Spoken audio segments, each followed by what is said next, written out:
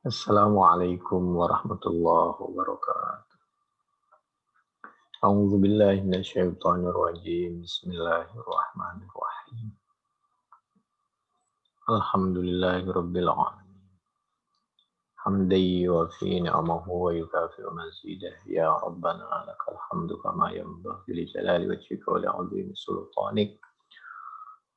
Allahumma shalli ala sayyidina Muhammad wa ala ali sayyidina Muhammad. أشهد أن لا إله إلا الله وأشهد أن محمدا رسول الله أما بعد فيا عباد الله أوصيكم وإياي بتقوى الله اتقوا الله حق تقاته ولا تموتن إلا وأنتم مسلمون. Allah Subhanahu wa Ta'ala menyampaikan di dalam Al-Quran surah Luqman, surah yang ke-31 ayat 16.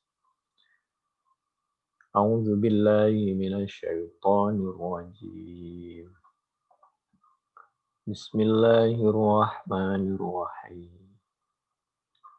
Ya bunayya innaha in taku mithqala habbatin min khardal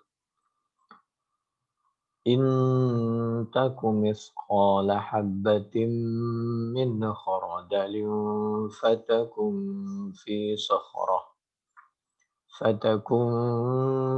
صخرة أو في السماوات أو في الأرض يأت بها الله إن الله لطيف خبير.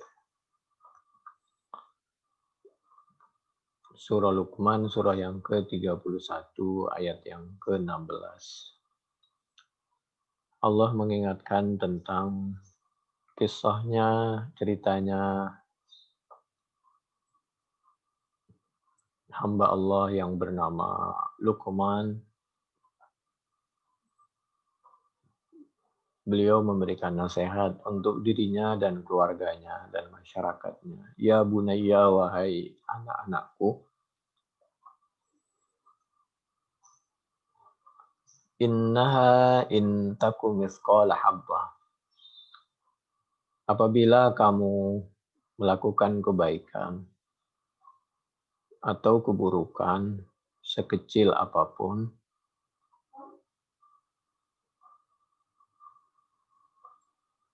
atau kamu berusaha sekecil apapun, mithqala habbah min khardal, sekecil atom, biji sawi, molekul, fatakum fi sakhrah, maka sekecil apapun perbuatan kamu, au fis samawati au fil ardh, dimanapun kamu berada, di langit atau di bumi, beberapa langit atau bumi, ya'ti bihallah, maka Allah akan membalas. Kalau itu perbuatan baik, sekecil apapun akan dibalas, ya'ti bihallah. Kalau itu perbuatan kurang baik, sekecil apapun juga pasti ketahuan dan dapat balasan dari Allah. Dan kalau memang sekecil apapun, kalau itu rizkimu, maka pasti diantarkan oleh Allah. Sekecil apapun dan dimanapun kamu berada, pasti rizki itu mengejar kamu, diantarkan oleh Allah. Yaitu mengantarkan biha dengan habbah. Allahu siapa Allah? Inna Allah, sungguhnya Allah, latif, yaitu maha lembut, khabir, maha mengetahui sekecil apapun, maha bijaksana. Di dalam tafsir Al-Qurtubi, juz 14, halaman 62 di sebelah kanan, ketika Nabi, para sahabat, dan para ulama mencoba menafsiri Al-Quran, surah Luqman, surah yang ke-31, ayat yang ke-16.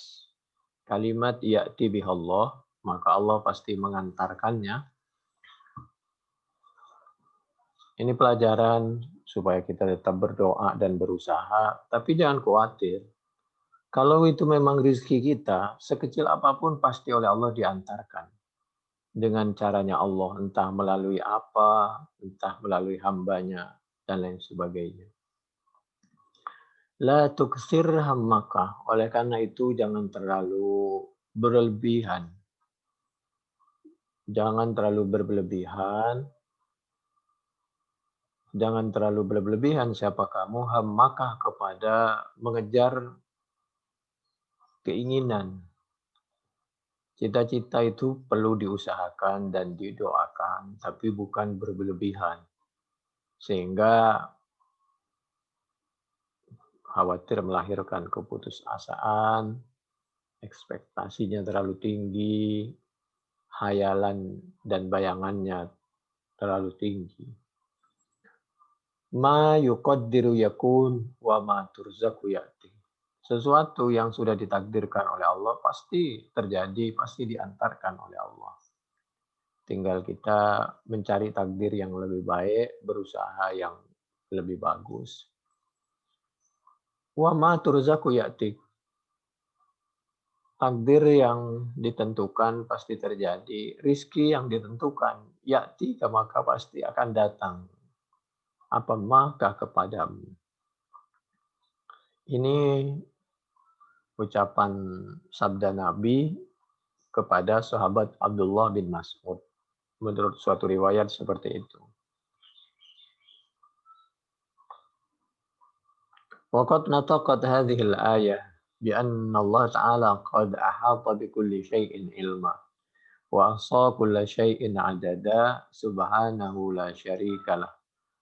وروي أن ابن لقمان سأل أباه عن الحبة تقع في سبل البحر أيعلمها الله فراجعه لقمان بهذه الآية.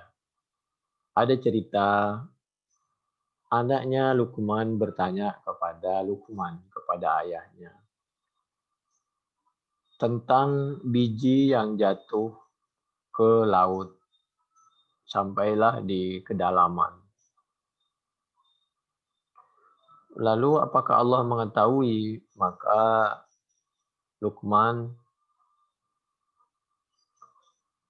menjawab kepada anaknya dengan ayat ini, ya'ti bihallah, yaitu surah Luqman ayat yang ke-16, bahwa Allah Maha mengetahui sekecil apapun, dan kalau itu biji rizkimu jatuh, maka pada saatnya kalau itu memang masih hak kamu, pasti akan dikembalikan dan diantarkan oleh Allah. Tapi kalau bukan, ya tolong diikhlaskan. Yang penting kita sudah berusaha dan berdoa agar jangan jatuh lagi. Tapi kalau itu memang rezeki kita, mungkin rezeki itu akan kembali atau oleh Allah akan diganti yang lebih baik. Wakila al-makna annahu arada al-a'mala al-ma'asi wa ta'at. Penafsiran ini ya'ti bihallah banyak. Ada yang mengatakan itu rizki, ada yang mengatakan itu pahala bagi orang yang melakukan kebaikan sekecil apapun. Ada itu merupakan azab bagi orang yang melakukan kemaksiatan sekecil apapun. Memang penafsiran Al-Quran itu, ayat itu sangat banyak. Kita tidak berani untuk membatasi suatu penafsiran.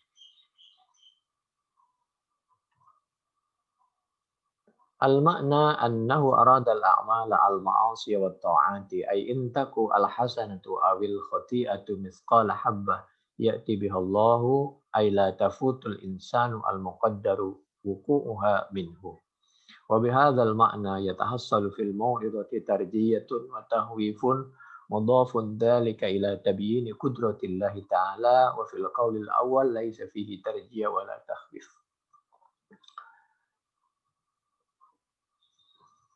Di dalam Al-Quran, surah Al-Ankabut sebelumnya, berarti ayat yang ke-15. A'udzu billahi minasyaitonir rajim. Bismillahirrahmanirrahim. Wa in jahadaka 'ala an tusyrika bi ma laysa laka bihi 'ilm fala tuti'huma wa sahibahuma fid dunya ma'rufa.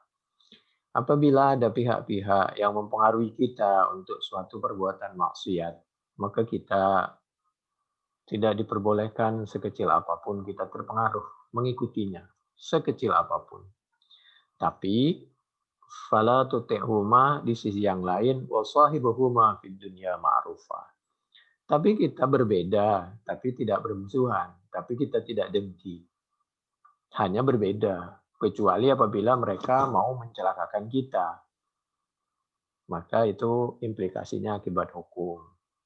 Jadi kita tetap berhubungan baik, wa sahibuhuma fid dunya ma'rufa, meskipun berbeda agama, tentu berbeda kepercayaan, berbeda pandangan terhadap perbuatan maksiat, tapi tidak harus bermusuhan. Kalau memungkinkan. Wattabi' sabila man anaba ilai, kita tetap istiqomah berada di tempat waktu yang diridhoi oleh Allah. Tsumma ilayya marji'ukum fa unabbi'ukum bima kuntum ta'malun. Ketika mencoba menjelaskan surah Luqman ayat 15 melalui Nabi Muhammad sallallahu alaihi wasallam, para sahabat, di dalam perjuangan ada resiko, ada kalanya diterima, ada kalanya tidak. Ada kalanya mendapatkan sambutan yang baik, ada kalanya sebaliknya. Perjuangan sahabat Abu Bakar, apapun yang terjadi tidak menyurutkan beliau kepada keinginan beliau untuk terus memperbaiki diri dan berusaha untuk menjadi hamba Allah yang baik, tahap demi tahap, step by step, itu tobak an tobak.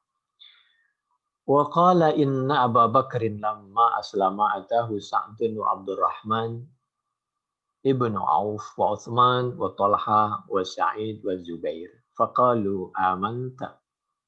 Ketika sahabat Abu Bakar sudah masuk Islam, kita tahu dari orang tua yang pertama masuk Islam, dari orang dewasa, yaitu sahabat Abu Bakar. Dari kalangan anak kecil adalah Sayyidina Ali. Dari kalangan pemuda, anak kecil, dari kalangan perempuan adalah Siti Khadijah.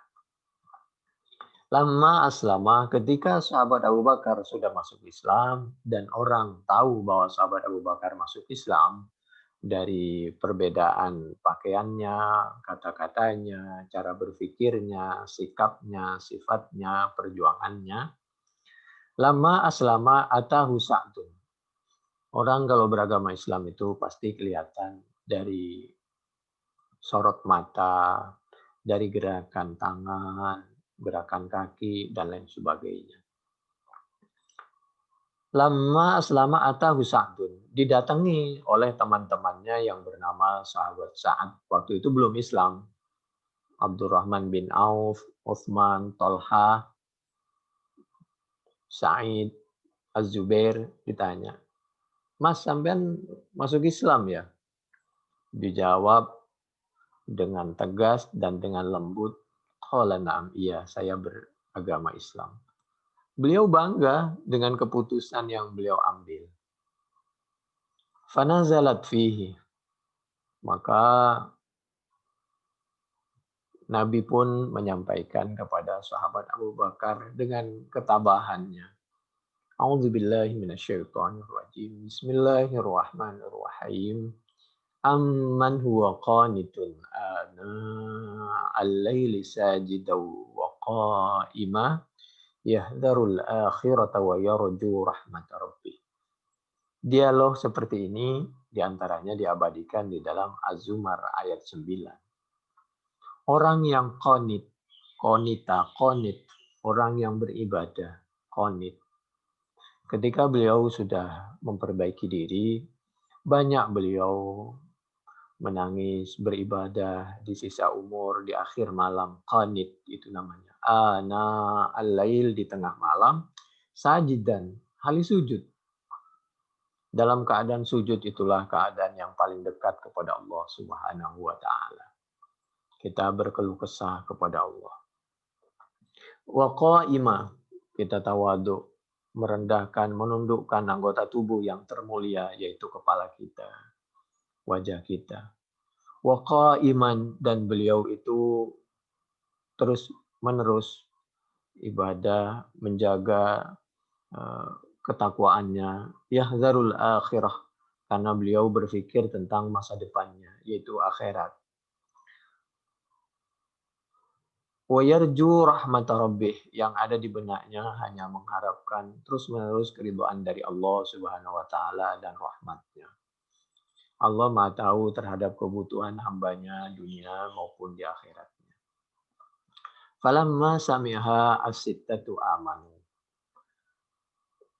Karena sahabat Abu Bakar ingat kepada nasihat Nabi yang diabadikan oleh Allah Subhanahu wa taala di dalam Al-Qur'an surah Az-Zumar tadi, falamma sami'aha as-sittatu, maka sahabat Abu Bakar menyampaikan surah Az-Zumar ayat 9 tadi dibacakan ulang kepada sahabat Sa'ad, Abdurrahman bin Auf dan seterusnya, waktu itu belum Islam. Amman huwa qanitun ana al-laili sajidan wa qa'imah yahdarul akhirata wa yarju rahmat rabbih. Falamma sami'aha as-sittatu amanu. Maka mereka yang berenam, sahabat Sa'ad dan teman-temannya ini langsung beriman. Amanu, maka beriman siapa mereka. Dulu, sehebat-hebatnya orang dulu, begitu mendengarkan Al-Quran dan nasihat Nabi Muhammad Sallallahu Alaihi Wasallam, beliau langsung luluh hatinya, tunduk, mudah menerima kebenaran. Fanzalallahu ta'ala fihim. Lalu Allah bangga dengan Nabi, dengan sahabat Abu Bakar, dengan sahabat Sa'ad, Abdurrahman bin Auf, sahabat Utsman, sahabat Talha, sahabat Sa'id, sahabat Zubair, karena beliau-beliau ini orang yang mudah menerima kebenaran. Yaitu seperti yang diabadikan di dalam kelanjutan Al-Quran surah Az-Zumar ayat 17 dan 18. A'udzubillahi minasyaitonirrajim. Bismillahirrahmanirrahim. Walladzina jatanabut taghut ay ya'buduha wa anabu ilallah lahumul busyra. Bagi orang-orang yang insaf, menjauhi dari segala yang tidak diridhoi oleh Allah, yang tadinya menyembah selain Allah, wa anabu ilallah, sekarang bertaubat. Lahum, yaitu berhak bagi mereka, al-busyra, adapun kebahagiaan hidup dunia dan akhirat, al-jannah. Fabashir ibad, sampaikan kabar gembira kepada hamba-hamba Allah tadi. Az-Zumar ayat 17. Siapa hamba Allah itu? Alladzina yastami'una al-qawla fayattabi'una ahsana. Yaitu orang-orang yang mudah mencari dan berusaha mendengarkan al-qaul, hal-hal ucapan yang diridhoi oleh Allah, yang baik-baik, fayattabi'una ahsana, maka mudah mengikuti isi Al-Quran dan As-Sunnah. Ulaika alladzina hadahumullah, adapun mereka itulah orang-orang, ciri-ciri, tanda-tanda orang yang telah memberi petunjuk kepada mereka. Allah siapa? Allah.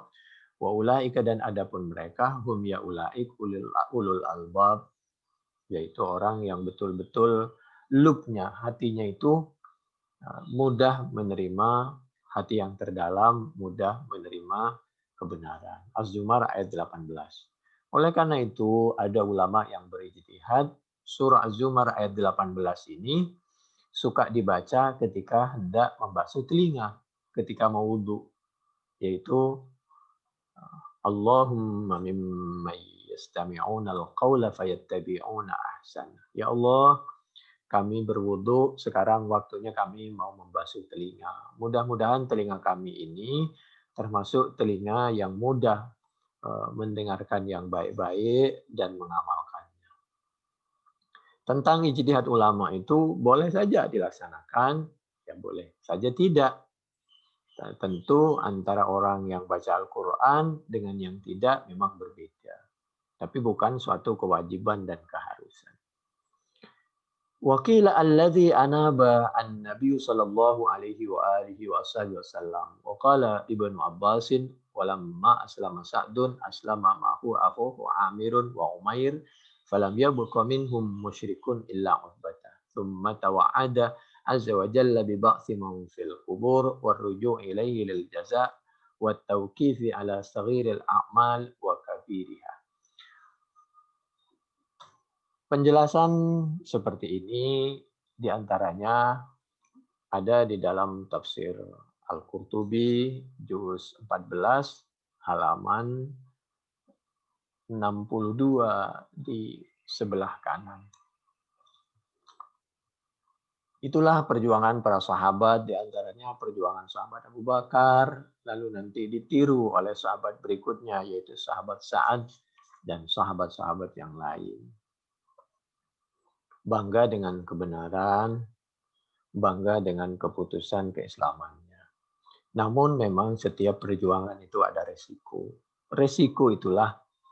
Karena resiko itulah ada seorang nabi yang oleh Allah diberi gelar ulul azmi.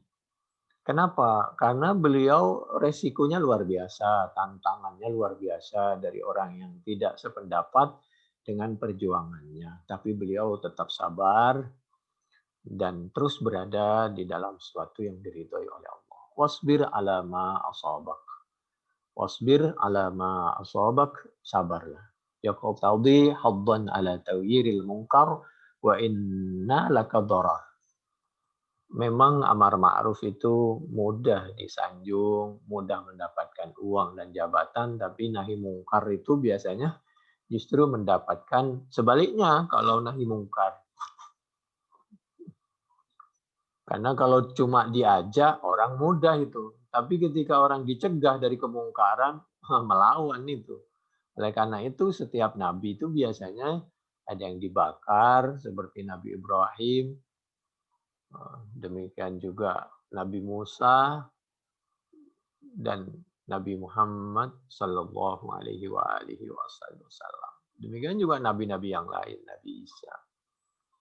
Fahuwa isy'arun bi annal mughayyira yu'dha ahyanan wa hadzal qadru ala jihatin nadbi wal quwwa fi dzatillah wa amma 'ala al-luzumi fala wa qad madal kalamu fi hadza mustawfam fi ali imran wal ma'idati wa qila amarahu bis sabri ala syada'id dunya kal amradi wa ghairiha wa alla yakhruja minal jaza' ila ma'siyatillahi azza wa jalla wa hadza qaulun hasanun li annahu ya'um.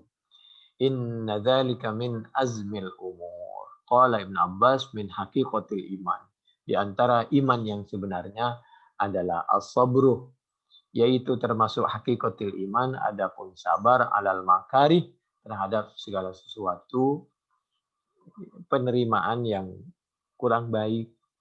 Itu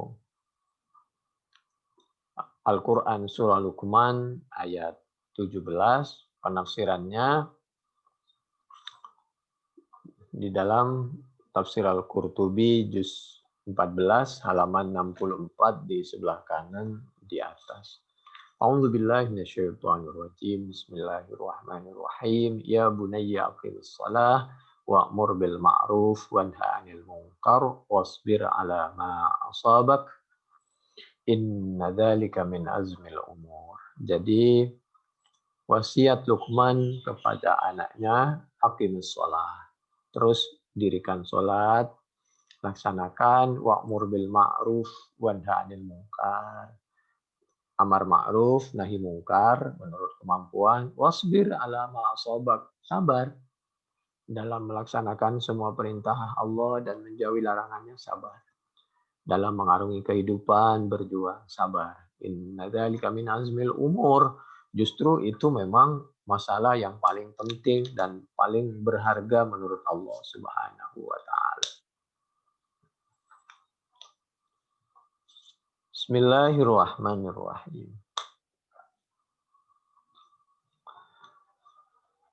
Nabi Muhammad sallallahu alaihi wa alihi wasallam sayang kepada semuanya. Dan Nabi selalu berusaha untuk membuat situasi itu senang, damai, rukun. Suatu ketika ada sahabat yang beda pendapat dengan sahabat yang lain. An Anas radhiyallahu an kana rajulun minal ansari ya ummuhum fi masjid Quba. Orang sahabat salah satu menjadi imam di Masjid Quba di Madinah. Wa kana kullama iftataha suratan yaqra'u biha lahum fi sholati mimma yaqra'u bihi iftataha bi qul huwallahu ahad hatta yafruwa minha thumma yaqra'u suratan ukhra ma'aha. Ada seorang sahabat yang setiap menjadi imam habis baca Al-Fatihah, beliau baca surah Qul huwallahu ahad, Al-Ikhlas. Baru setelah itu baca surat yang lain. Setiap sholat, setiap jadi imam, pasti Qul huwallahu ahad, Al-Ikhlas nggak akan pernah ditinggal. Sahabat merasa aneh dan mungkin ada yang kurang sependapat, dilaporin kepada Nabi. Wa kana yasna'u dzalika fi kulli raka'atin. Dulu sahabat melapor bukan untuk sahabat yang lain dimarahi, apalagi dibully, apalagi dihukum. Tidak. Dulu sahabat melapor kepada pimpinan itu untuk minta penjelasan tentang suatu yang lebih afdol, kira-kira begitu. Sudah sama-sama baik, dengan demikian beliau tidak punya prasangka yang kurang baik kepada saudaranya sesama anak bangsa, apalagi sama umat Islam. Hanya yang lebih afdol yang mana, kira-kira begitulah. Wa kana yasna'u dzalika fi kulli rak'ah. Fakallamahu ashabuhu faqalu innaka taftatihu bihadhihi surati thumma la tara annaha tujzi'uka hatta taqra'a bi ukhra. Fa imma an taqra'a biha wa imma an tada'aha wa taqra'a bi ukhra. Faqala ma ana bitarikiha in ahbabtum an a'ummakum bidzalika fa'altu wa in karihtum taraktum. Kata sahabat-sahabat yang lain, "Mas, sampean itu kalau jadi imam kenapa ya? Kok baca Al-Ikhlas terus?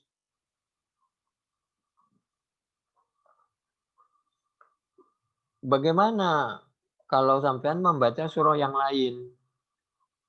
Atau sampean ya mau berhenti jadi imam?" Kira-kira begitu lah.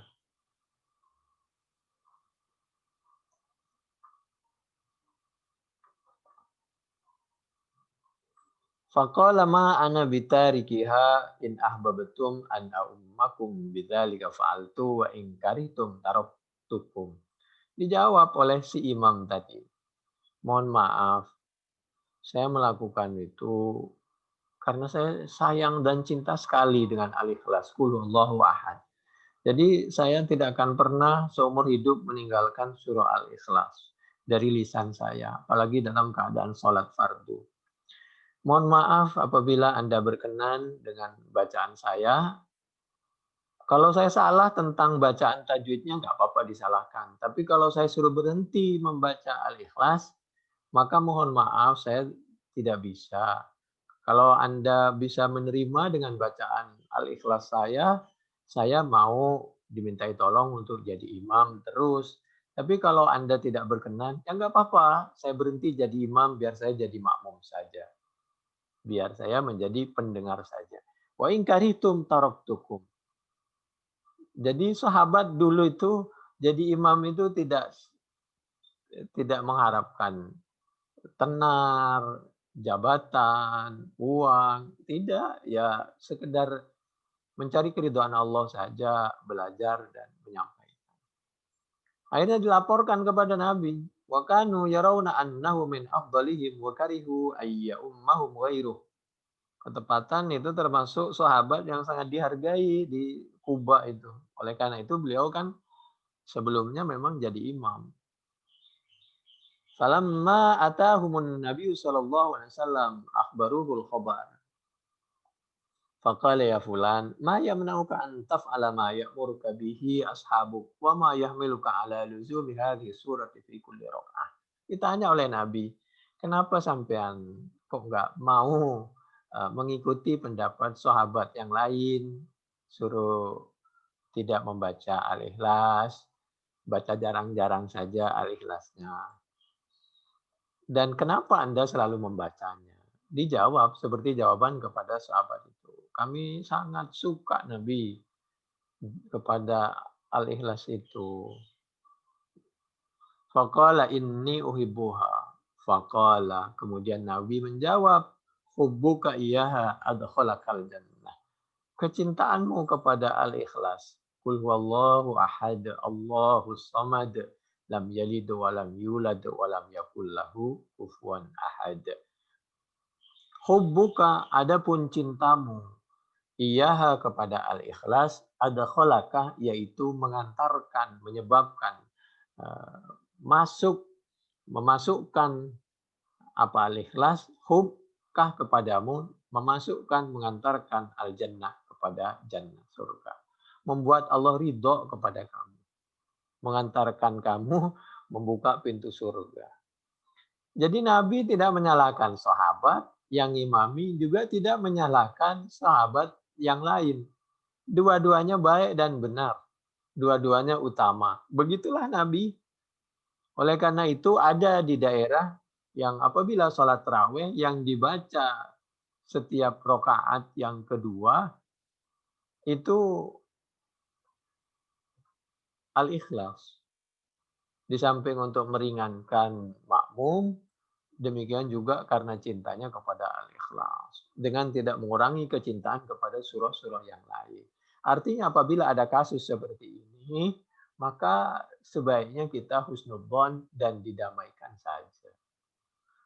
Hidup itu sederhana dan ringan dan mudah sebenarnya. Tinggal kita mau nggak menyelesaikan dan diselesaikan. Ini hadis Bukhari di 774. Fathul Bari, juz 2, halaman 324 di sebelah kanan sampai 331 di sebelah kiri. Ada kalanya kita kepingin betul agar sesuai dengan sunnahnya Nabi Muhammad Sallallahu Alaihi Wasallam.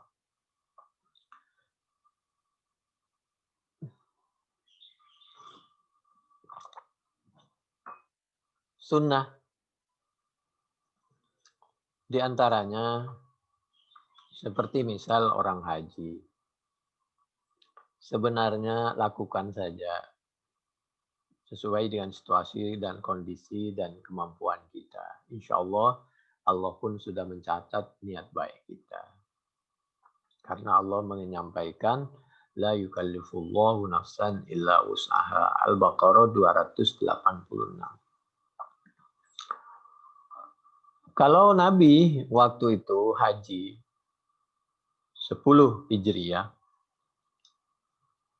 Nabi itu ayyakhruju sabahal yaum as-samin ila Mina. Tanggal 8 pagi itu pergi ke Mina. Dzulhijjah. Tanggal 8 pagi pergi ke Mina. Bukan langsung ke Arafah. Tapi karena darurat, karena banyaknya masyarakat sekarang. Kalau dulu kan berbeda. Jadi untuk, apalagi kalau kita menemani orang sakit, orang tua, tidak bisa kita berbuat sendiri, malah lebih baik pahalanya kita sambil bantu orang lain yang betul-betul butuh bantuan kepada kita. Apalagi kalau menjadi ketua rombongan.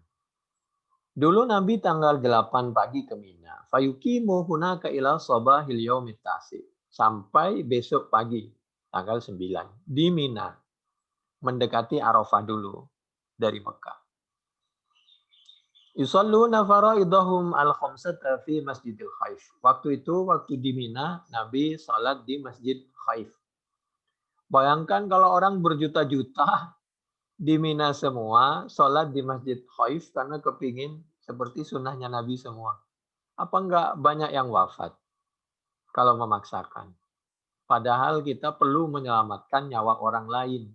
Suatu yang sunnah jangan sampai kita melakukan yang haram. Sama dengan ketika kita ingin mencium hajar aswad, tapi menginjak, menyakiti, ikhtilat dengan lain jenis, itu kan namanya pengen sunnah tapi dapat yang haram, melakukan yang haram. Kemudian setelah itu, haitsu kan yusalli Rasulullah sallallahu alaihi wasallam ayyat tajihu sabahal yaumit tasi' ba'da syuruqi syamsi ila Arafat. Setelah tanggal 9 pagi, setelah terbit matahari, Nabi pergi ke Arafah. Mendekat, belum masuk, berjalan menuju Arafah. Wa yusannu alla yadkhuluha idza wasalu ila qaribin min hududiha bal yuqimuna binamirah makanin qaribi Arafat. Nabi dari Mina, kami ulang ya, tanggal 8 pagi. Terus sampai 1 hari, sampai tanggal 9 pagi. Setelah matahari terbit, Nabi menuju ke Arafah. Belum masuk, yaitu tinggal di Namirah. Karena dulu itu belum masuk itu. Kenapa sekarang dimasukkan termasuk area Arafah? Karena terlalu banyak umat. Bayangkan kalau ditumpuk begitu di tempat yang dulu hanya sebatas itu saja. Banyak yang wafat. Oleh karena itu ulama bijaksana, termasuk ulama di Saudi, diperlebar tempatnya. Dengan demikian segala fitnah, ikhtilat, penyakit, kesehatan, keselamatan itu terjaga. Karena keselamatan dan kesehatan itu nomor satu. Kita tahu, sholat itu kalau sakit bisa duduk, bisa berbaring, bisa dijamak, bisa dikosor. Jadi keselamatan itu Islam sangat menghargai keamanan, keselamatan. Dah, begitu sampai di Namirah, Nabi di situ. Sampai kapan? Ila antazula asyamsu. Sampai dohor, sampai tergelincir matahari. Haitsu yusalluna adh-dhuhra wal asra jam'a takdim. Nabi sholat di Namirah itu sholat zuhur dan asar di jamak takdim. Jadi asar ditarik ke zuhur. Belum masuk ke Arafah, baru di Namirah. Kami ulangi ya, 8 berangkat, tiba pagi di Mina. Sampai besok 9 pagi. Sholat di Masjid Khaif itu, di Mina. Lalu tanggal 9 pagi setelah matahari terbit, berangkat ke Namirah, menuju Arafah. Perbatasan Arafah. Sampai zuhur. Di Namirah itu Nabi sholat jamak takdim. Asornya ditarik ke dohor. Jamak takdim, dohor dan asar. Ya tetap dohor 4 rakaat, asar 4 rakaat, tidak dikosor, nanti kosornya itu di tempat yang lain. Itu jamak takdim. Tsumma yadkhuluna Arafat wa yaqifuna biha ilal ghurub. Kemudian setelah itu baru setelah zuhur, setelah sholat, baru Nabi berangkat ke Arafah. Bayangin. Baru masuk ke Arafah dan beliau di situ sampai maghrib. Nanti maghrib dan isya'nya sholat di Muzdalifah. Di Arafah sekedar berhenti, banyak bertaubat, berzikir, berdoa. Kalau kita berangkat seperti itu, Masya Allah berjuta-juta orang, mana mungkin. Yang bisa ketinggalan, nggak ada jalan, nggak ada tempat, dan lain sebagainya. Dan membahayakan orang lain. Kecuali kalau kita sendirian. Dan kita tidak bisa hanya berpikir untuk kepentingan pribadi. Tsumma yadkhuluna Arafat wa yakifuna biha ilal ghurub. Yadhkuruna Allah Ta'ala wa yada'una wa yakthuruna at-tahlila wal inabah. Wa tadarru'a ila Allah Azza wa Jalla. Waktu itu banyak membaca la ilaha illallah, banyak berzikir, tadarru, merendah.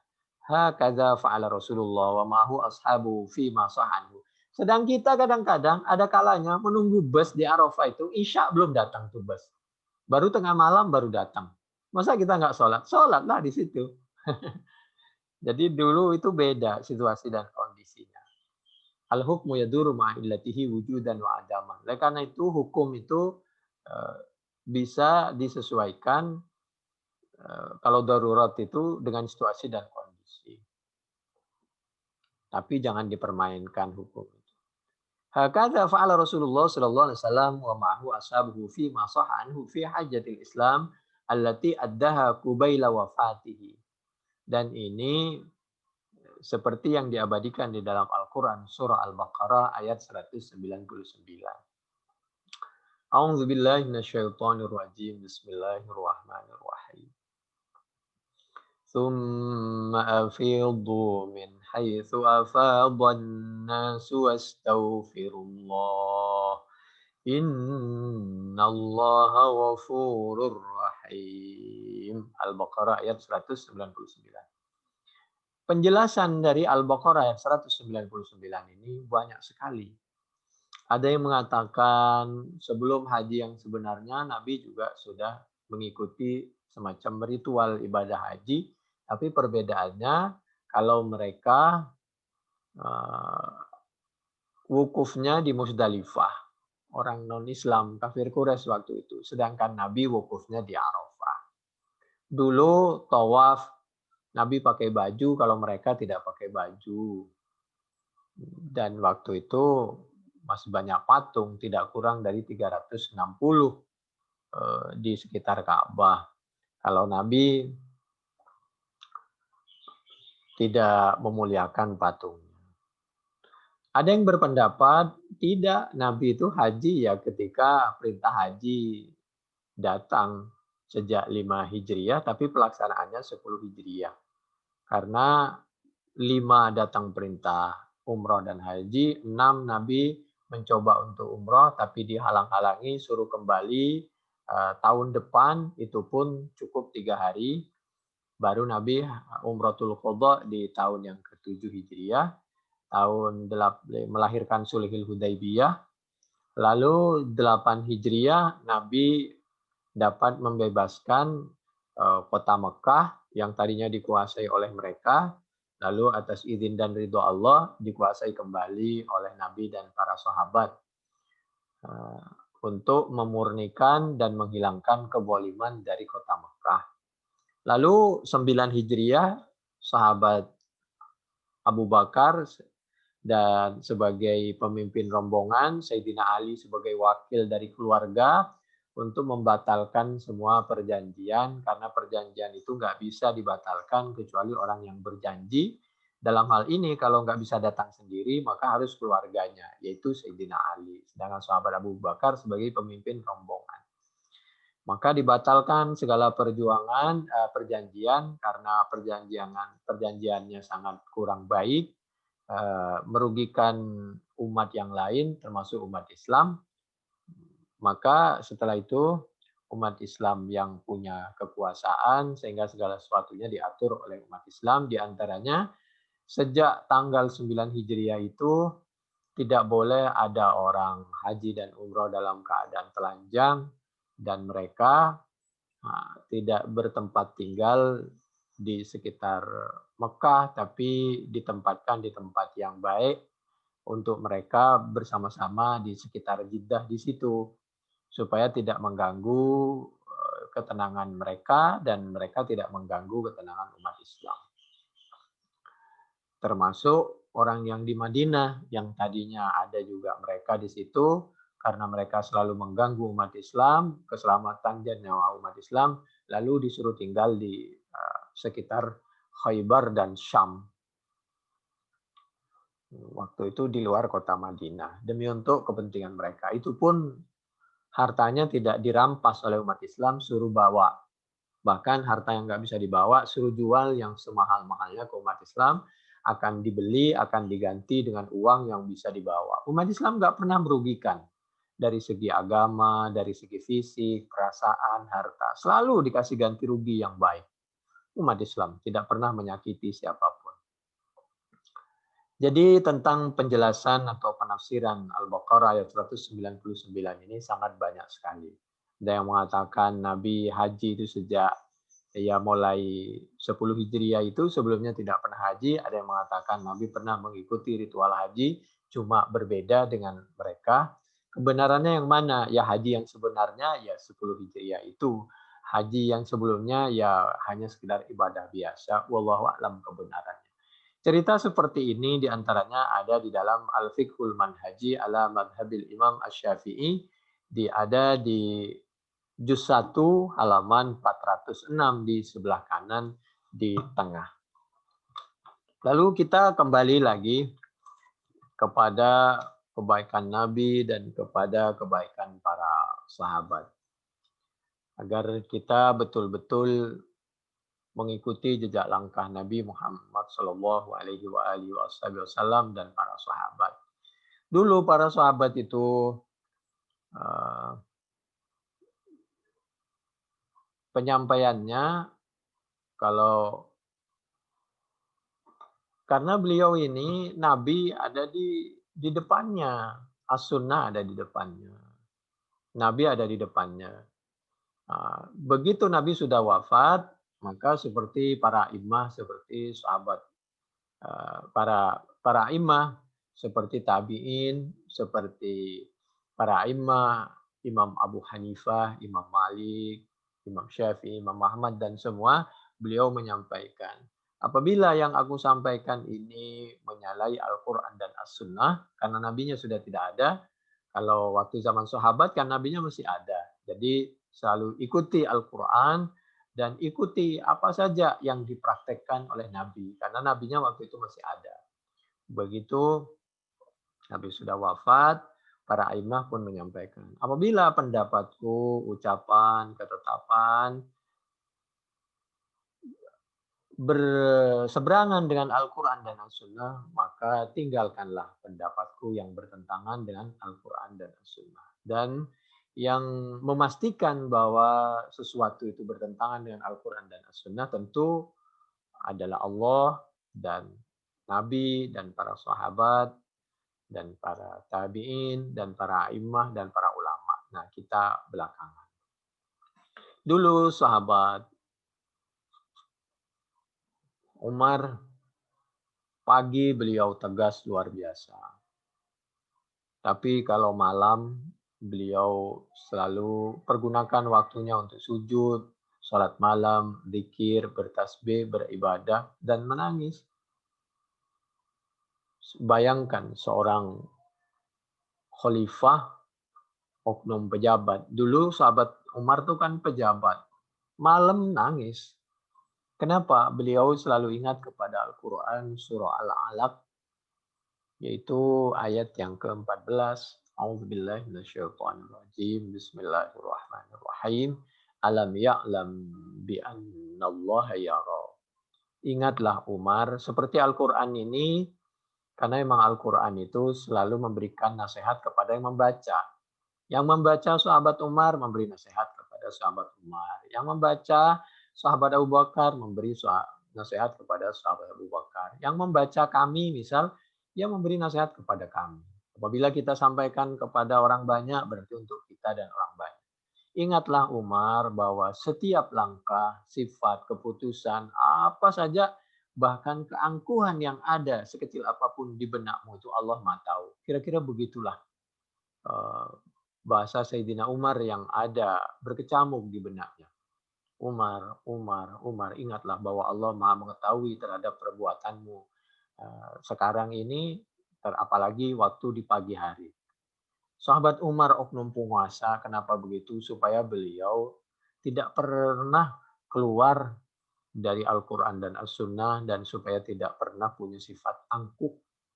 Alam ya'lam bi'annallaha yara. Itu Al-Alaq ayat yang ke-14. Sayyidina Umar itu kita tahu di cincinnya itu ada tulisan kafa bil mauti wa'idha. Beliau punya cincin, cincinnya itu ada tulisan kafa bil mauti wa'idha. Cukuplah dengan kematian sebagai nasihat. Apabila ada seorang oknum pejabat seperti Sayyidina Umar dulu pejabat tertinggi, bahkan pemimpin semua umat Islam sedunia waktu itu setelah sahabat Abu Bakar wafat, setelah Nabi Muhammad SAW. Yang ada di benaknya, kafa bil mauti wa'idho, sampai ditulis di cincinnya. Cukup Umar, nasihat tentang kematian. Ingat Umar, kamu itu akan mati. Ingat Umar, kamu itu akan mati. Ingat Umar, kamu itu akan mati. Setiap detik, setiap nafas itu yang diingat oleh Sayyidina Umar. Sehingga Sayyidina Umar meskipun beliau menjadi oknum pejabat tidak pernah punya sikap yang angkuh dan lain sebagainya. Itulah gambaran Nabi, yahtatibuna fin nahar wa yusalluna bil lail. Sahabat itu kalau pagi menjadi oknum pejabat, ada yang bisnis, ada yang ke pasar, ada yang usaha, sambil nasihat setiap detik di hatinya Al-Quran dan As-Sunnah, malam hari beliau menangis. Yahtibuna bin nahar wa yusalluna bil lail. Redaksi berbeda. Kalau itu Bukhari 3064, kalau yang satunya yaitu di Fathul Bari juz 6 halaman 222 sampai 223. Ini berangkat dari Al-Qur'an. A'udzubillahi minasyaitonirrajim. Bismillahirrahmanirrahim. Wa tadhakuna wa la tabkun. Banyaklah berpikir, menangis. Tapi kalau tentang dalil bahwa berpikir sebentar itu lebih baik dari ibadah, itu hadisnya tidak benar, batil. Tapi isinya bisa kita terima. Kalau hadisnya memang itu maudhu. La ibadata katafakkur. Itu hadis maudhu. Tafakkaru sa'atin khairum min ibadati sanatin. Itu juga hadis maudhu. Tapi isinya bisa kita pertimbangkan. Kalau redaksi hadisnya memang maudhu, itu batil. Yaitu ada Abi Roja Al-Habti. Itu kadzab. Coba cek di dalam Al-Qurtubi juz 4 halaman 305 yang kami sampaikan. Kalau itu juga ada Utsman Al-Quraisy. Dia tukang membuat hadis maudhu. Menurut Ibnu Hibban. Bukan menurut kami. Kita lanjutin. A'udzubillahi minasyaitonirrajim. Bismillahirrahmanirrahim. Wa mimman hadaina wajtabaina idza tutla alaihim ayatul rahmani kharru sujadaw wa bukiya. Itu.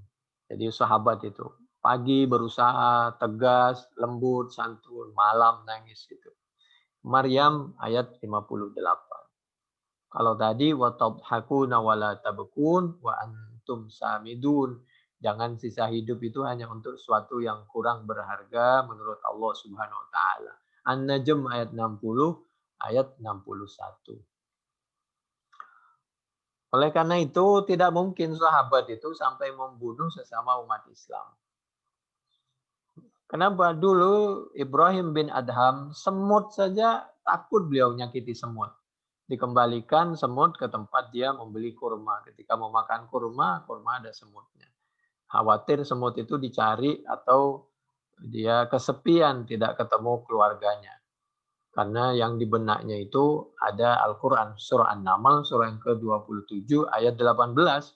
A'udzubillahi minasyaitonirrajim. Bismillahirrahmanirrahim. Hatta idza atau ala wadin namli qalat namlah ya ayyuhan namlu dkhulu masakinakum la yahtimannakum Sulaiman wa junuduh wa hum la yash'urun. An-Naml surah yang ke-27 ayat yang ke-18. Semut dulu tidak disakiti, apalagi nyawa manusia 6 biji, 6 orang, 6 jiwa. Semut saja mesti diselamatkan. Itulah Ibrahim bin Adham yang meninggal 161 Hijriah atau 778 Masehi. Ulama yang sangat luar biasa dari Afghanistan meninggal di Suriah. Mudah-mudahan menjadi pelajaran bagi kita.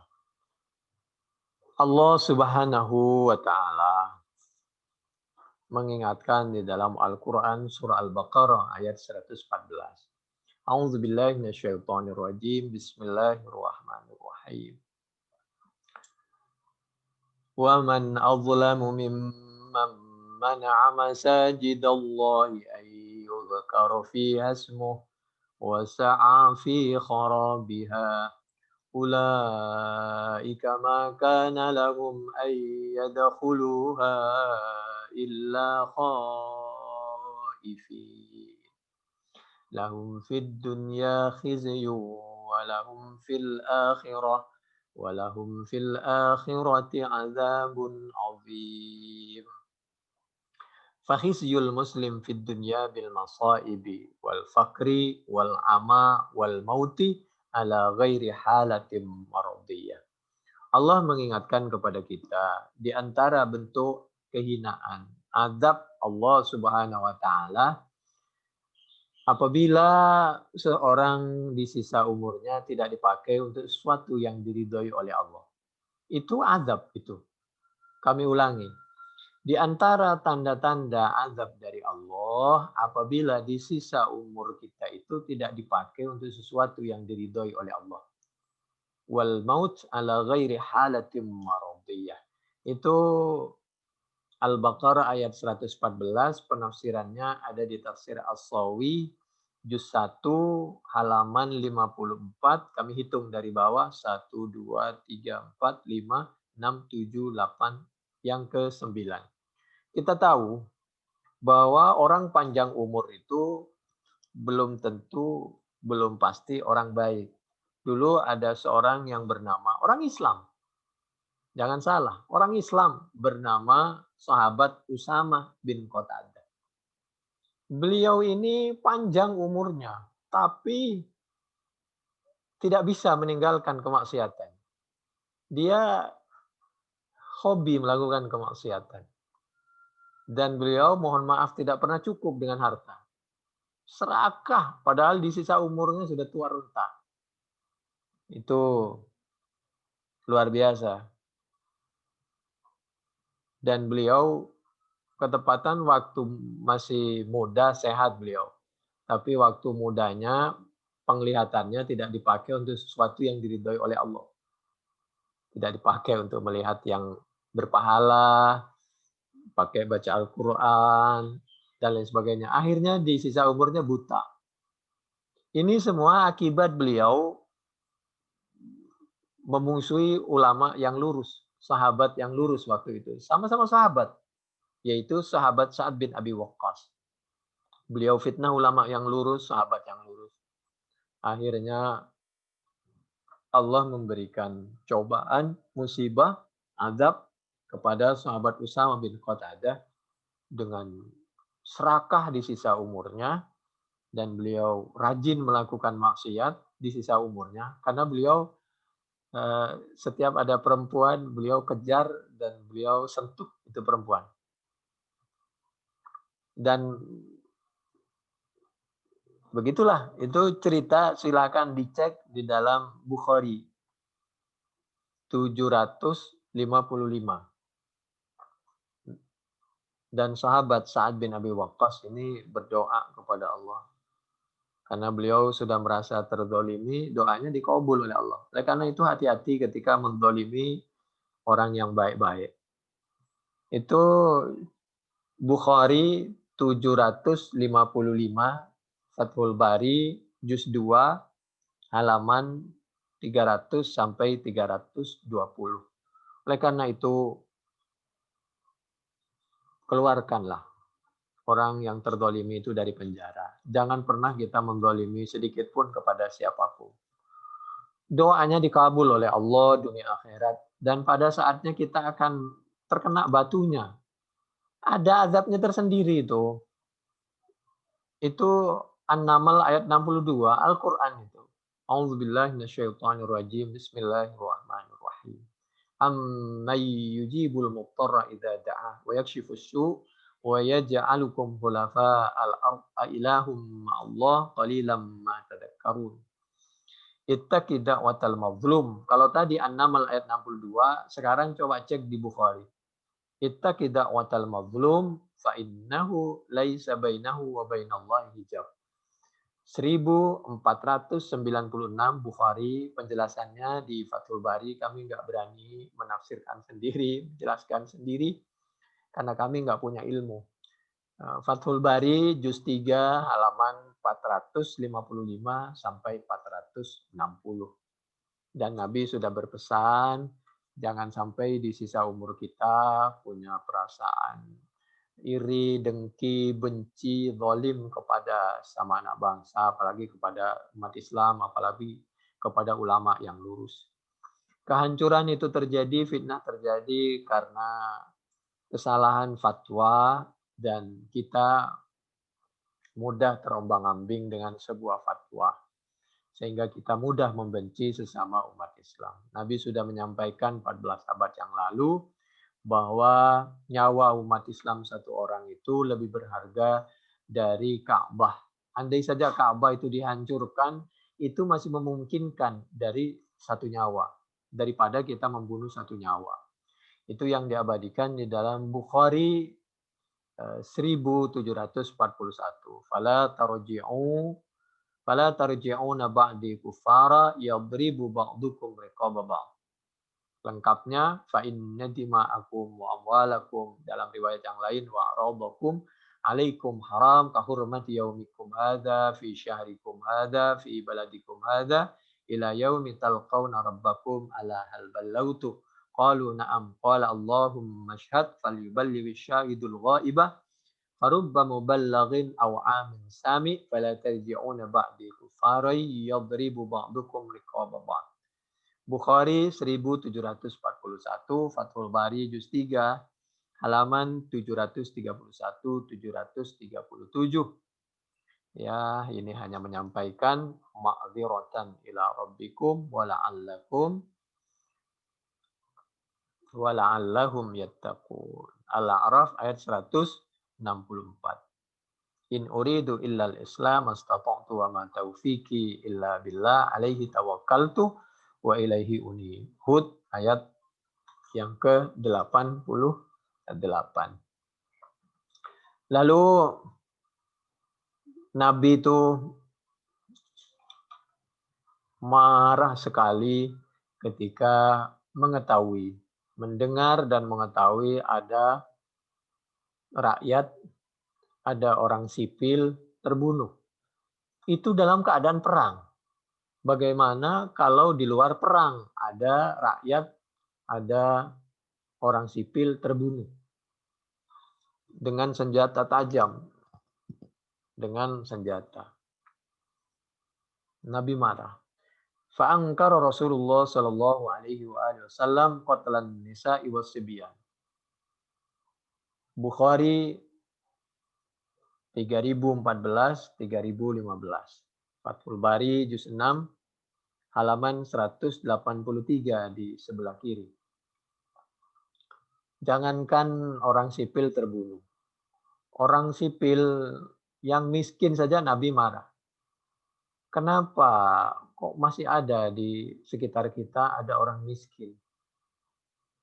Jadi Nabi itu maunya kalau kita kaya, bahagia, sehat itu agar orang lain juga merasakan yang sama. Yataghayyaru lima ra'a min faqatihim. Karena dulu itu ada orang datang hufatan uratan. Hufatan uratan itu seperti dalam hadis Bukhari yang lain, bukan berarti dia datang telanjang, tidak. Orang modor waktu itu rombongan bukan berarti datang telanjang, bulat, tidak. Itu pakaiannya, kita tahu orang Islam itu apalagi di Arab itu kan banyak double. Pakaiannya sangat sederhana gitu loh. Jadi lalu Nabi marah dalam pengertian memberi nasihat kepada orang yang kaya agar membantu, jangan sampai ada sama anak bangsa umat Islam apalagi yang hidupnya terlalu sederhana, harus kita bantu gitu. Itu di Muslim, fara'aitu wajah Rasulullah sallallahu alaihi wasallam yatawayyaru lima ra'a min faqatihim. Muslim 1017, Al-Qurtubi juz 5 halaman 7. Ini kalau di At-Tirmidzi 2675, An-Nasa'i juz 5 halaman 75, Ibnu Majah 203. Dan akhirnya sahabat membantu mereka semua ini. Dan kita bacakan materi kita yaitu A'udzubillahi minasyaitonirrajim. Bismillahirrahmanirrahim. Bukhari 5254.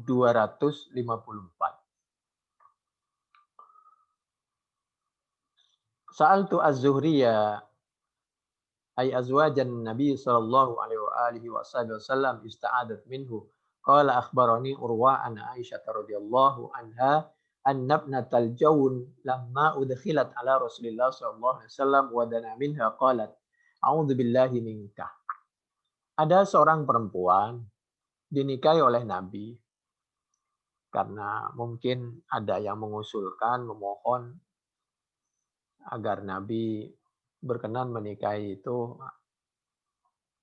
agar keluarga dan kaumnya menjadi mulia karena menjadi keluarganya Nabi. Akhirnya Nabi berkenan menikahi. Tapi wallahu a'lam perempuan ini, namanya ceritanya ini panjang. Kebenarannya itu wallahu a'lam sehingga kami nggak berani menyampaikan. Singkat cerita perempuan ini kurang sopan kepada Nabi. Karena kurang sopan pada suaminya, kecuali kalau suaminya perlu dinasehati karena suatu yang memang kurang pas misalnya. Karena kurang sopan kepada Nabi, Nabi tidak marah-marah. Nah, hanya saja Nabi, oh ini orang belum seberapa tahu dan lain sebagainya. Akhirnya oleh Nabi ditolak. Pisah. Jadi dipisah oleh Nabi. Namun demikian, orang ini dikasih kenang-kenangan oleh Nabi. Jadi Nabi itu tidak menyakiti.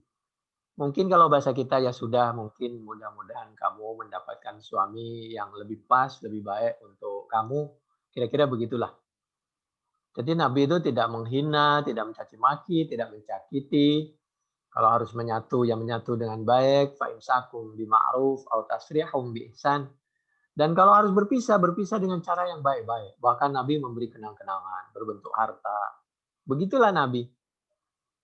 Jadi Nabi tidak mungkin membunuh nyawa itu. Apalagi semut aja tidak dibunuh oleh orang alim.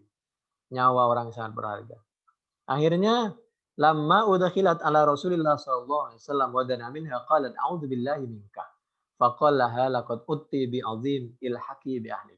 Tolong sahabat, ini antarkan baik-baik ke keluarganya dan ini kenang-kenangan dari kami. Sopannya Nabi luar biasa. Kalau kita biasanya kan ribut. 5.254. Demikian juga 5.255. Kharajna ma'an Nabi sallallahu alaihi wasallam hatta intalaqna ila haiti yuqalu lahu syaut hatta intahaina ila hayatain jalasna bainahuma faqala an-nabiy sallallahu alaihi wasallam ijlisu hahuna wa dhahala wa qad utiya bil jawniyah fa unzilat fi baitin fi nahlin fi baiti Umaymah bintin Nu'man ibni Syarahil wa maha di wa ma'aha dayatuha hadinah laha falamma dakhala 'alaiha an-nabiyyu sallallahu alaihi wa alihi wasallam qala habi nafsaki li qalat wa hal tahabu al-malakatu nafsaha lisuqa. Dia merasa anaknya raja.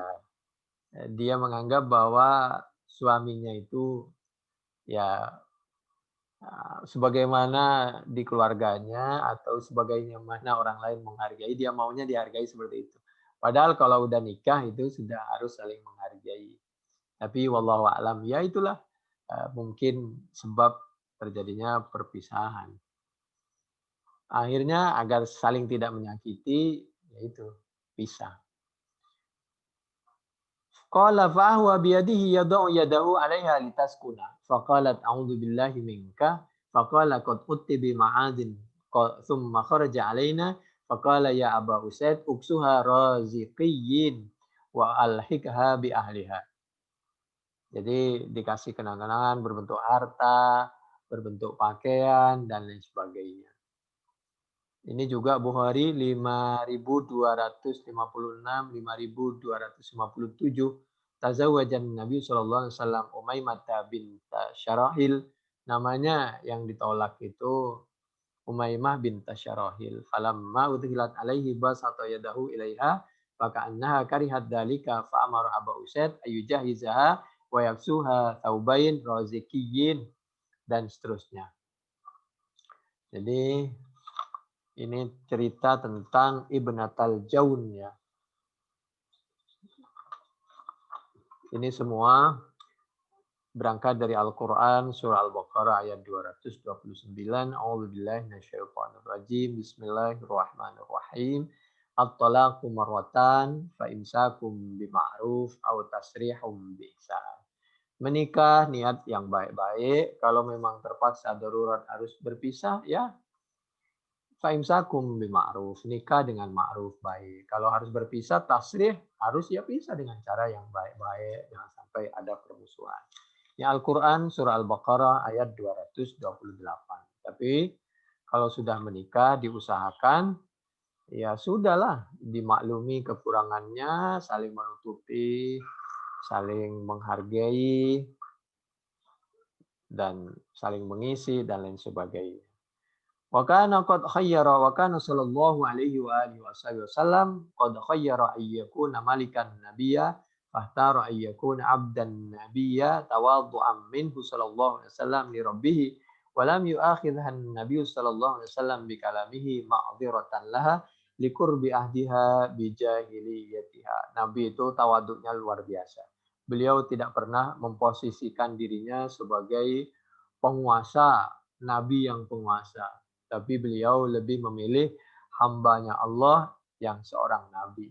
Abdan nabiya. Tawaduk kepada Allah, tawaduk menghargai kepada sesamanya. Dan ada himbauan agar tolak itu tidak dilakukan dengan emosi, tidak sekaligus. Abwadul halal ilallahi at-talaq. Anna Umar kana idza utiya bi rajulin talaqa imra'atahu salatan aw ja'a dhahrahu. Dulu kalau ada orang suka emosi dengan pasangannya, dengan istrinya, lalu mentolak berlebihan, 3, itu dihukum oleh Sayyidina Umar. Ukhbiran Nabi sallallahu alaihi wasallam an rajulin talaqa imra'atahu salasata taliqat jami'an faqala ayal'abu bi kitabillah wa ana baina adhhurikum. Nabi pernah menyampaikan kepada orang yang mentolak istrinya sekaligus, jangan main-mainlah dengan Al-Quran dan As-Sunnah, sedangkan aku masih ada di tengah-tengah kalian. Fathul Bari juz 9 halaman 453 di sebelah kiri. Jadi An Ibnu Abbas talaqa Rukanah ibnu Abdi Yazid imra'atahu salatan fi majlisi wahid fazina 'alaiha husnan syadida fasa'alahu an-nabiy sallallahu alaihi wasallam kaifa talaqtaha qala salatan fi majlisi wahid faqala an-nabiy sallallahu alaihi wasallam innama tilka wahidah fartajiha in syi'ta fartajiha. Jadi dulu ada orang mentolak istrinya 3 sekaligus, lalu dia sedih lapor sama Nabi. Gimana kamu ceritanya sampai tolak itu 3 sekaligus? Lagi emosi Nabi dan sebagainya. Ya udah itu 1. Fathul Bari juz 9 halaman 454 di sebelah kanan di atas. Sudahlah, jangan, kalau udah menikah ya sudah diusahakan itu dalam keadaan baik-baik, saling menghargai, saling menutupi, dan lain sebagainya. Sebagai penutup di kajian kita, ya sebagai pengingat untuk kami pribadi dan barangkali bermanfaat bagi yang lain. Bismillahirrahmanirrahim. A'udzubillahi minasyaitonirrajim. Bismillahirrahmanirrahim.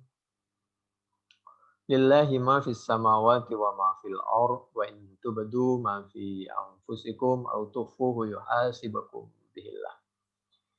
Jadi jangankan nyawa, perbuatan yang kurang baik terbesit di hati itu sudah dosa. Dan pelakunya neraka, kecuali kalau bertaubat. Taubatnya kalau diterima dan sebelum meninggal bertaubat. Khawatir belum bertaubat, Dan kalau Wahsy diterima tobatnya menjadi surga meskipun sebelumnya beliau orang tidak baik, karena beliau bertobat dan bukti pertobatannya karena waktu belum Islam beliau membunuh keluarga Nabi, maka setelah Islam beliau pun mengeksekusi Musailimah Al-Kadzdzab.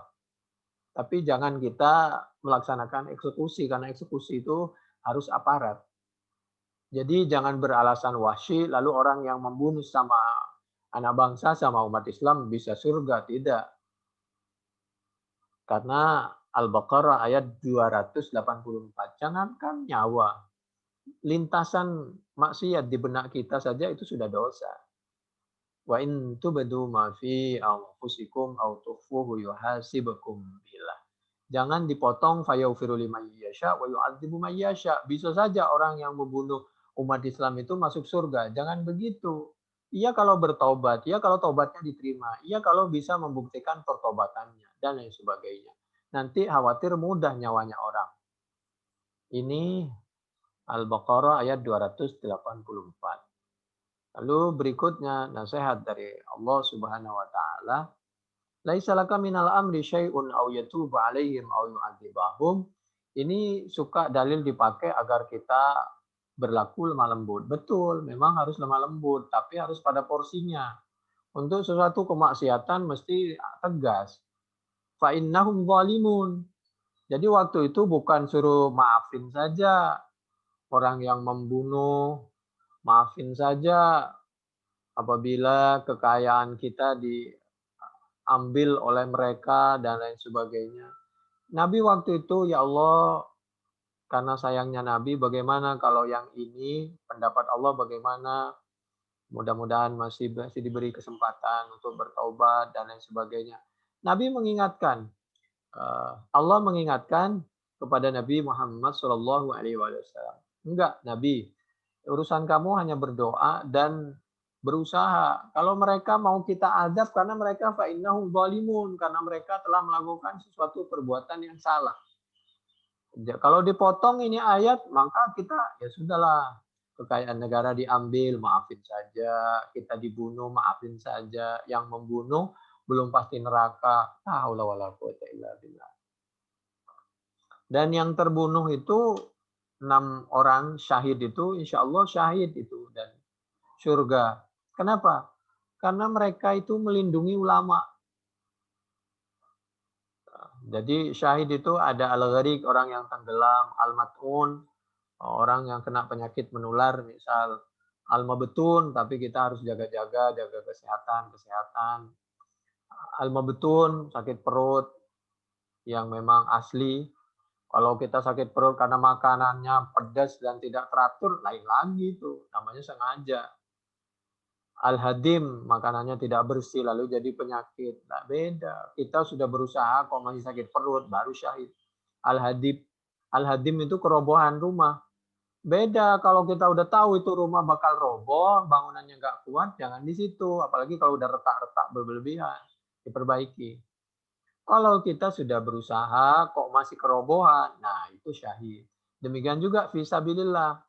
Orang yang berjuang fisabilillah ternyata wafat, nah syahid itu. Begitu meskipun di tempat tidur. Itu Bukhari, apalagi syahid di perjalanan karena menjaga keselamatan ulamanya dan keluarganya, apalagi yang dijaga banyak anak kecilnya, termasuk bayi. Jelas syahid itu. Bukhari 720 paling tidak. Fathul Bari juz 2 halaman 265 di sebelah kiri itu. Hadis dari Nabi Muhammad Shallallahu alaihi wasallam diceritakan oleh sahabat Abi Hurairah. Dan itu berangkat dari Al-Qur'an surah Ali Imran surah yang ketiga ayat 169 sampai 171. A'udzubillahi minasyaitonir rajim. Bismillahirrahmanirrahim. Wala tahsabannal ladzina qutilu fi sabilillahi amwata bal ahya'un 'inda rabbihim yurzaqun.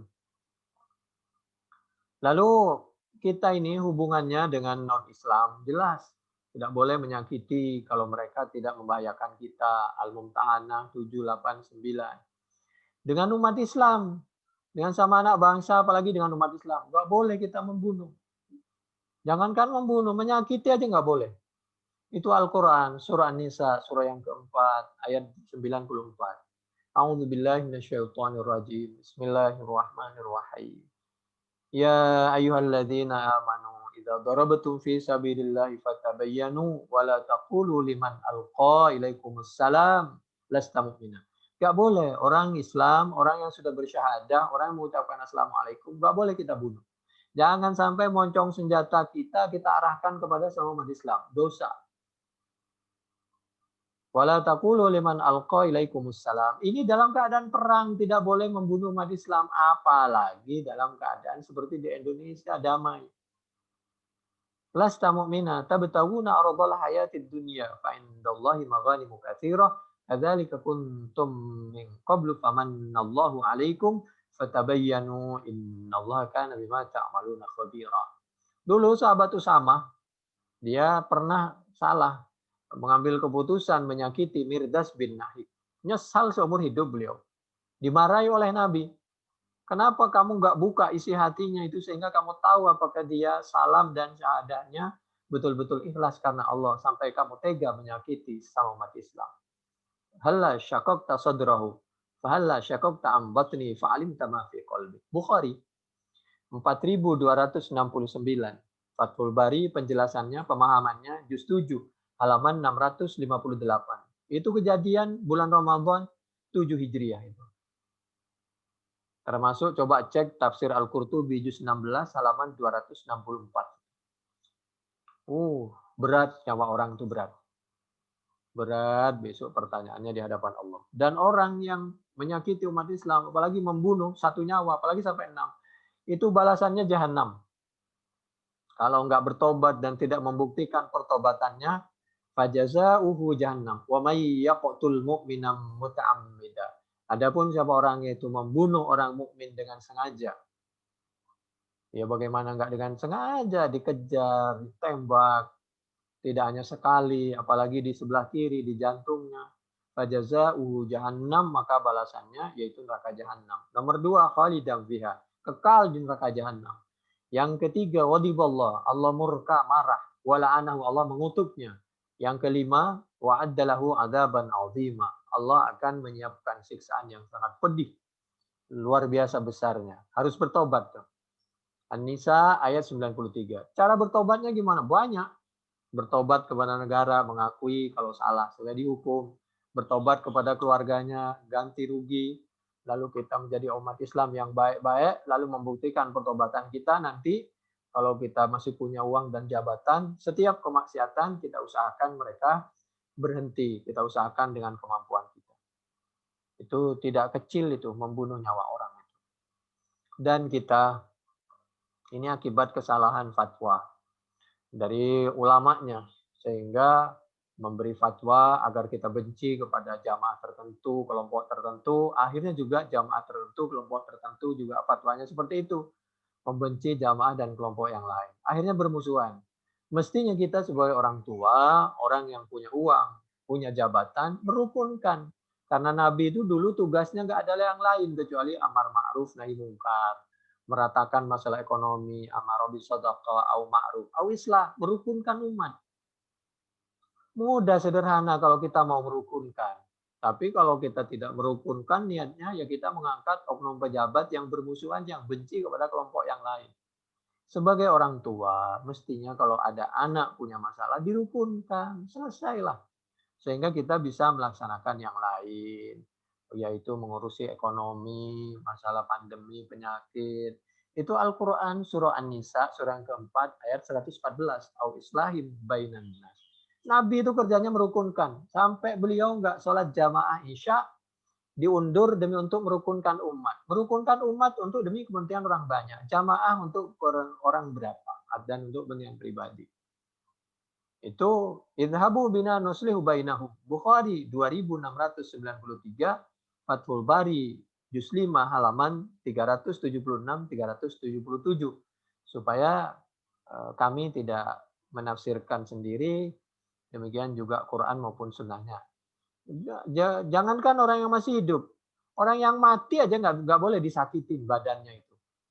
Oleh karena itu kalau ada orang mati lalu misal giginya itu ada sedikit semacam bukan gigi asli. Maka kalau nggak terlalu berharga, kalau nggak ada yang dirugikan, jangan kecuali kalau israf, jangan disakiti.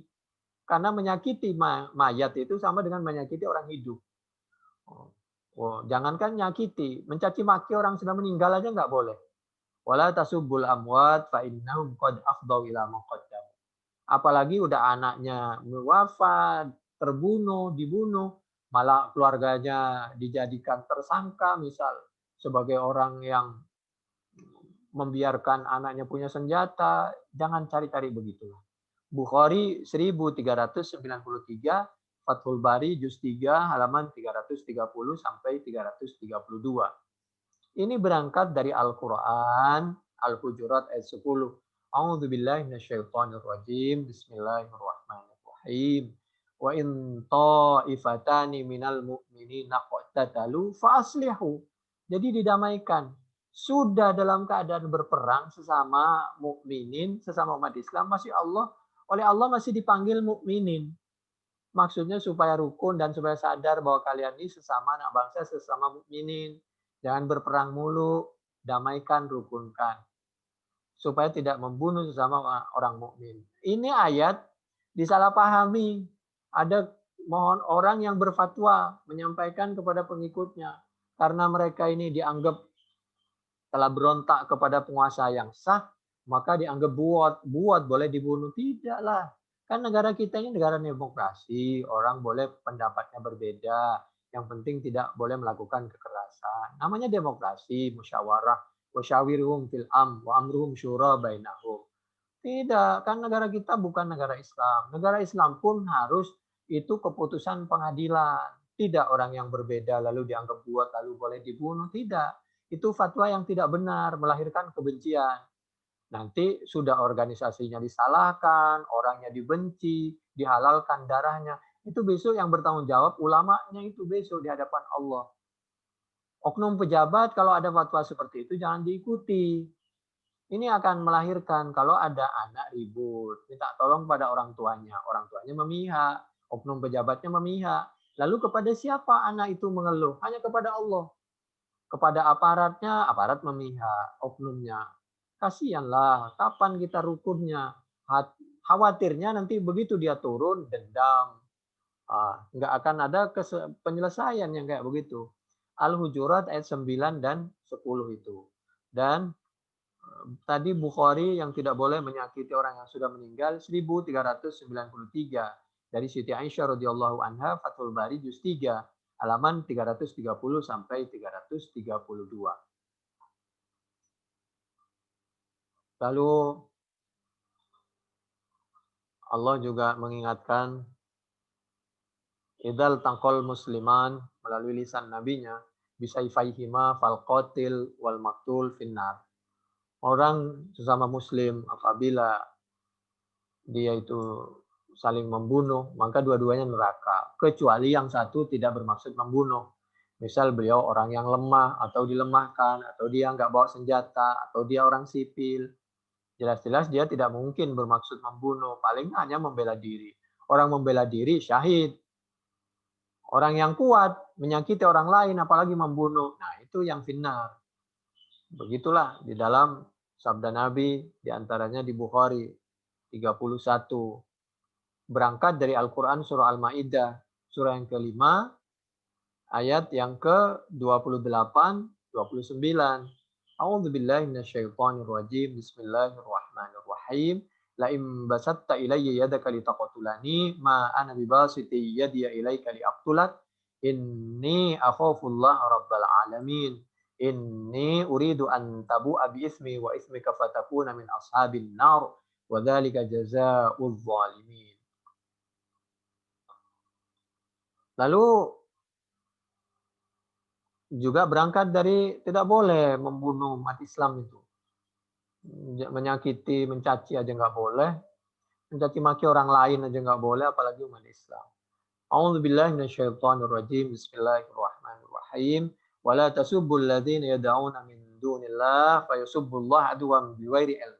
Kadzalika zayyana likulli ummatin amalahum tsumma ila rabbihim marji'uhum fayunabbi'uhum bima kanu ya'malun. Surah Al-An'am surah yang ke-6 ayat 108. Lalu kita lihat di dalam Al-Qur'an surah Al-Kahfi. A'udzubillahi minasyaitonirrajim. Bismillahirrahmanirrahim. Wa tahsabuhum ayqadhan wa hum rukud. Wa nuqallibuhum dzatal yamini wa dzatal shimal. Wa kalbuhum basitun dhira'aihi bil wasid. Law ittala'ta 'alaihim lawallaita minhum firaran wa lamulita minhum ru'ba. Al-Kahfi, surah yang ke-18, ayat yang ke-18. Ini sebagai dalil bahwa yang meninggal 6 kemarin itu syahid. Kenapa? Wong, mohon maaf, ini huk-huk menjaga ulamanya syahid. Dipastikan masuk surga. Huk-huk Ashabul Kahfi, dia menjaga ulamanya depan gua, sedangkan dia menjaga pakai mobil, menjaga keselamatan ulamanya dan keluarganya dan anaknya dan cucunya yang masih kecil, yang masih bayi. Jadi mesti syahid itu. Al-Kahfi surah yang ke-18 ayat yang ke-18.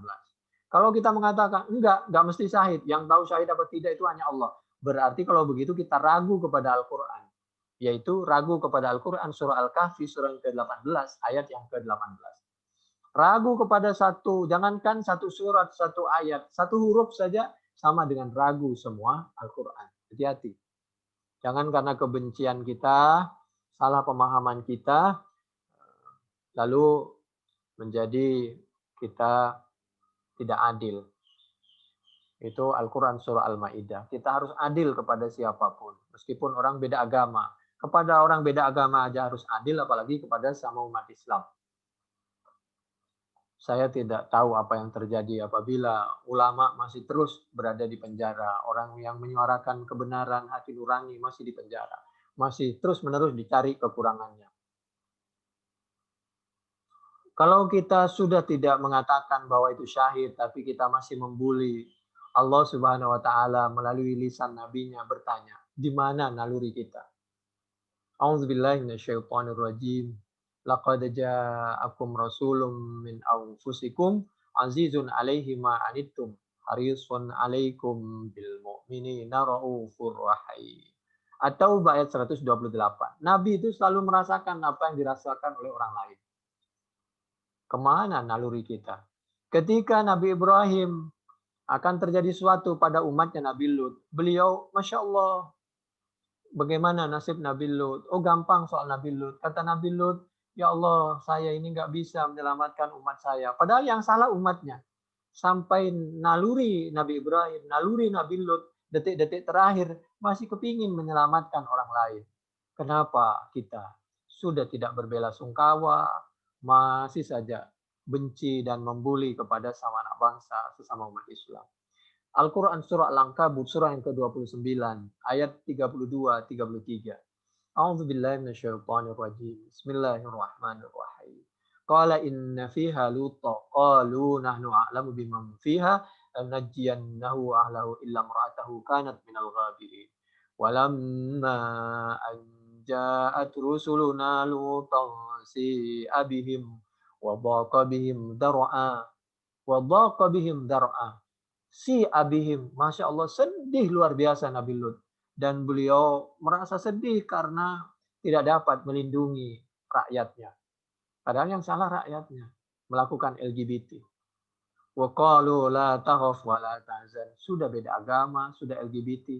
Bagaimana kalau yang kita sakiti itu adalah umat Islam?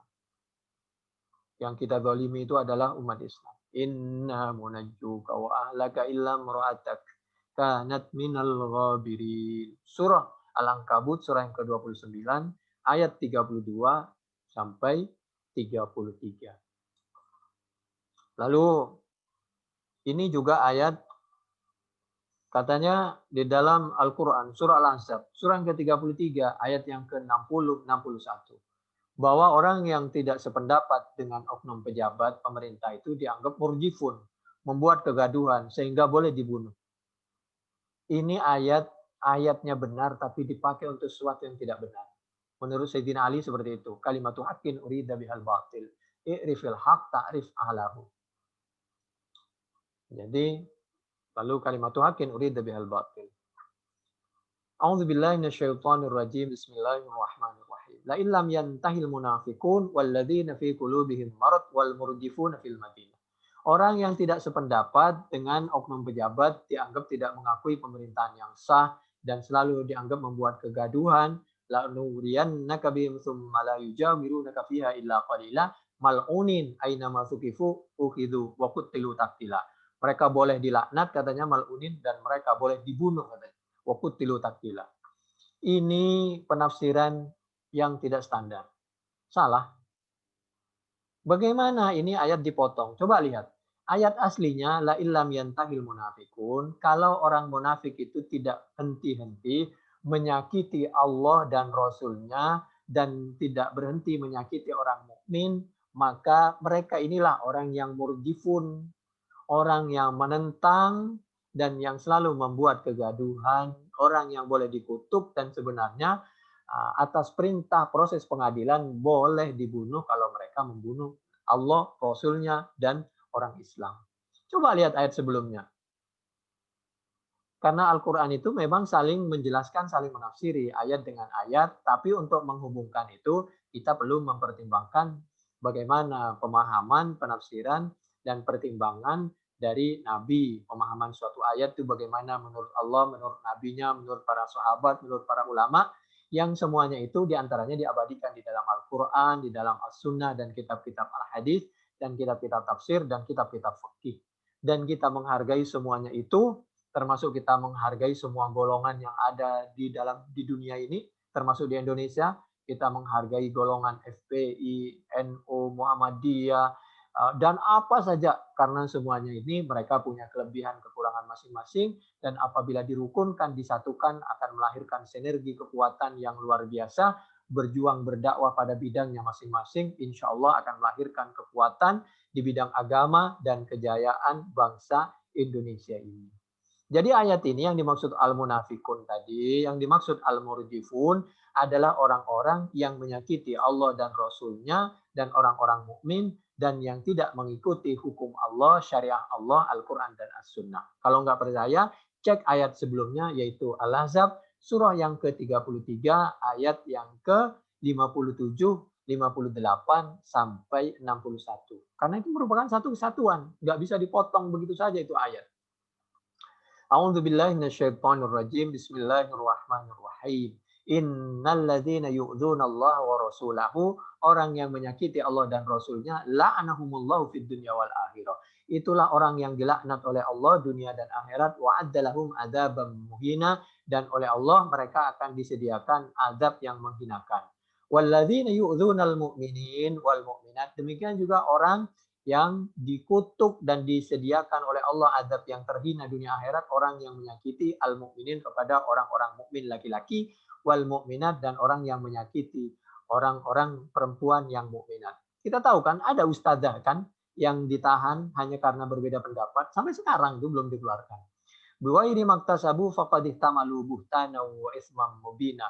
Orang yang seperti itulah orang yang buhtan, melakukan berita hoak, kebohongan, memutarbalikkan fakta, wa ismam mubina, dan mereka itulah yang melakukan dosa yang luar biasa. Lalu ayat berikutnya dan ayat berikutnya yang 60 dan 61, itulah orang yang dianggap adalah al-munafikun dan yang fi qulubihim marad, dan di hatinya ada penyakit, dan itulah orang yang murjifun, menyebarkan kebohongan, membuat kegaduhan, termasuk haditsul ifki, cerita bohong tentang keluarga Nabi, Siti Aisyah berselingkuh, itu An-Nur 23 hubungannya nanti. Lanugriyannaka bihim tsumma la yujawirunaka fiha illa qalila mal'unin, itulah yang mal'unin. Aina ma suqifu ukhidu, itulah orang yang qutilu taqtila. Berikutnya yaitu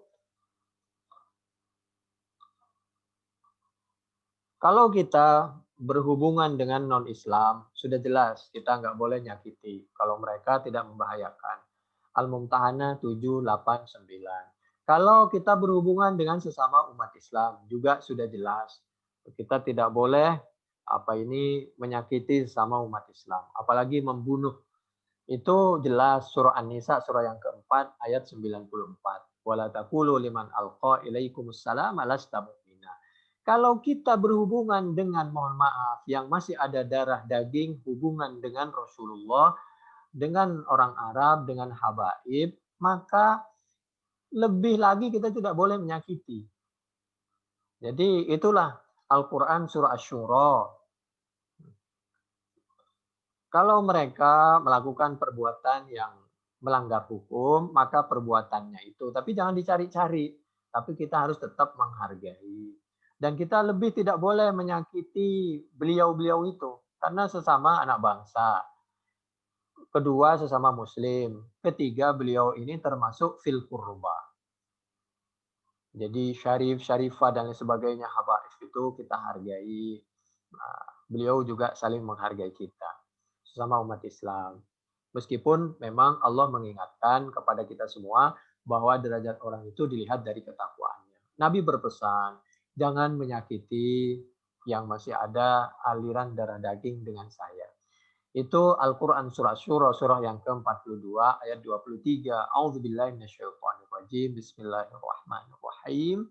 Dzalikal ladzi yubashshirullahu ibadahu alladzina amanu wa 'amilus shalihat. Qul la as'alukum alaihi ajra illal mawaddata fil qurba ay fi qurbaya. Saya tidak minta upah. Saya telah berusaha menyelamatkan kamu, membahagiakan kamu dunia akhirat. Saya memberi contoh tentang sholat, puasa, zakat. Kalau dulu Nabi nggak ada, nggak menyampaikan, memang pasti adalah hamba Allah yang lain. Tapi kita katakan, andai saja dulu Nabi tidak ada, maka kita mungkin tidak tahu caranya sholat, berbakti kepada kedua orang tua, dan lain sebagainya.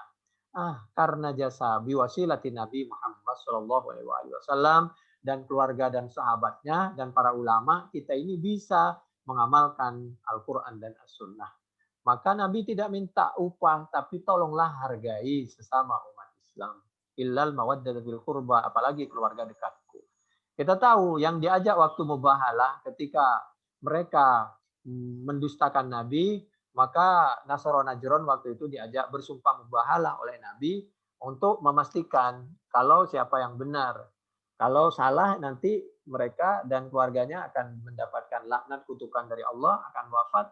Demikian sebaliknya, kalau Nabi yang salah nanti akan mendapatkan pelajaran yang tegas dari Allah Subhanahu Wa Taala. Waktu itu yang diajak adalah yaitu Nabi, lalu Siti Fatimah putrinya, lalu Sayyidina Ali suaminya, mantunya, lalu Hasan dan Husain. Itulah keluarga Nabi. Itulah keluarga Nabi. Lalu beliau punya anak cucu. Wa may yaqtarif hasanatan nazid lahu fiha husna innallaha ghafurun syakur. Lalu di